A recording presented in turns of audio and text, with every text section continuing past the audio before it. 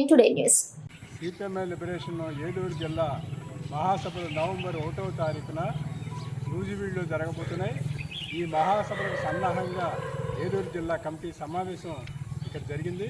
దుర్గం పుల్లారావు గారి అధ్యక్షతన ఈరోజున రాష్ట్ర ప్రభుత్వం ఏదైతే ఉందో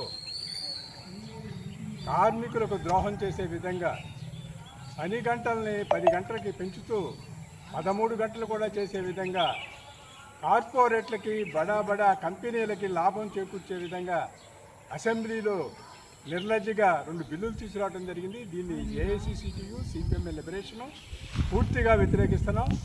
ఏదైతే చికాగో నగరంలో కార్మికుడు సాధించుకున్న 8 గంటల పనిదినాన్ని, రక్తం ఓడి సాధించుకున్న 8 గంటల పనిదినాన్ని ఈ రోజున కార్పొరేట్ ప్రయోజనాల కోసం చంద్రబాబు ఎన్డీఏ పాలకులు చేస్తున్న విధానాలని మేము తీవ్రంగా ఖండిస్తున్నాం.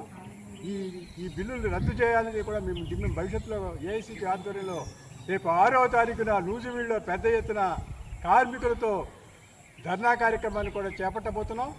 అలానే డిసెంబర్ 1, డిసెంబర్ 6, 7 తారీఖుల్లో రాష్ట్ర మహాసభలు జరగబోతున్నాయి. దీనికి మా all India general secretary Dipankar Bhattacharya గారు హాజరవుతున్నారు. రాబోయే రోజుల్లో బీజేపీ మతోన్మాద ఫాసిజానికి వ్యతిరేకంగా, అలానే రాష్ట్రంలో ఎన్డీఏ ఇచ్చిన హామీలకు అమలు చేయనందుకు నిరసనగా కూడా రాష్ట్రంలో పెద్ద ఎత్తున ప్రచార కార్యక్రమం నిర్వహించడానికి కూడా సమాయత్తమవుతున్నాం. నవంబర్ నెల మొత్తం ఎన్డీఏ పాలకుల విధానాలకు వ్యతిరేకంగా అక్టోబర్, నవంబర్ మాసాల్లో కార్యక్రమాలు చేపట్టబోతున్నాం. బీహార్ ఎన్నికల్లో కూడా సిపిఎంఐ లిబరేషన్ దాదాపుగా 40 సీట్లకి పోటీ చేయడం కోసం సమాయత్తం అవుతుంది. దానికి సంబంధించి కూడా ఆంధ్ర రాష్ట్రంలో ఉన్న ప్రజానీకం రాష్ట్ర మహాసభల్ని, జిల్లా మహాసభల్ని బీహార్ ఎన్నికల్లో సిపిఎంఐ లిబరేషన్ అభ్యర్థుల గెలుపు కోసం మీ ఆర్థిక సహకారాన్ని అందించవలసిందిగా మేము కోరుతున్నాం.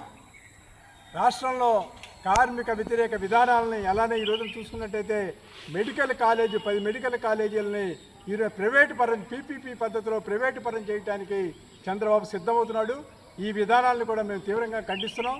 విద్యా, వైద్యం అనేది ఏదైతే ఉందో అది ప్రభుత్వ రంగ సంస్థలుగా కొనసాగాలి.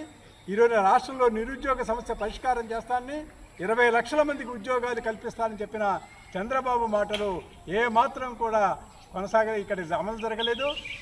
ఉద్యోగస్తులు ఎవరైతే ఉన్నారో ఓల్డ్ పెన్షన్ విధానాన్ని అమలు చేయాలని వాళ్ళు పెద్ద ఎత్తున డిమాండ్ చేస్తున్నారు. అలానే నూజివీడు ఏరియాలో, తిరువురు ఏరియాలో, మరి కృష్ణా జిల్లాలో ఎక్కువ ప్రాంతాల్లో ఫారెస్ట్ భూముల సమస్య ప్రధానంగా ఉంది. ఇక్కడ కోర్టు నోటిఫికేషన్ ఉంది. దాన్ని కోర్టు నోటిఫికేషన్ రద్దు చేసి పేదలు సాగు చేస్తున్న భూముల్ని పేదలకు ఇవ్వాలని కూడా మేము డిమాండ్ చేస్తున్నాం.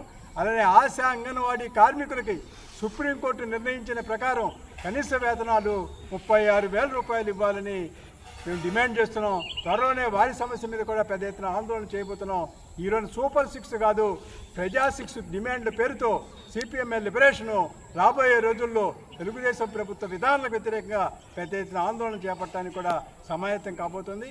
కాబట్టి ఆంధ్ర రాష్ట్ర ప్రజానీకాన్ని మేము చెప్పేది ఏమిటంటే, ఈరోజు మతోన్మాద ఫాసిస్ట్ శక్తులకు వ్యతిరేకంగా విప్లవ ప్రజాస్వామ్య శక్తులని మీరు ఆదరించాల్సిన పరిస్థితులు ఉన్నాయి. ఆంధ్ర రాష్ట్రం అంటేనే గొప్ప పోరాట చరిత్ర కలిగిన శ్రీకాకుళ పోరాటాలు కానివ్వండి, ఉమ్మడి రాష్ట్రంలో తెలంగాణ పోరాటాలు కానీ జరిపిన గడ్డ మీద మతోన్మాద ఫాసిస్ట్ శక్తుల ఎదుగుదల ఏదైతే ఉందో చాలా ప్రమాదకరమైంది. ఈ విధానాన్ని వ్యతిరేకించడం కోసం అందరూ కూడా సమైక్యంగా ఉద్యమించాలని కోరుతున్నాం.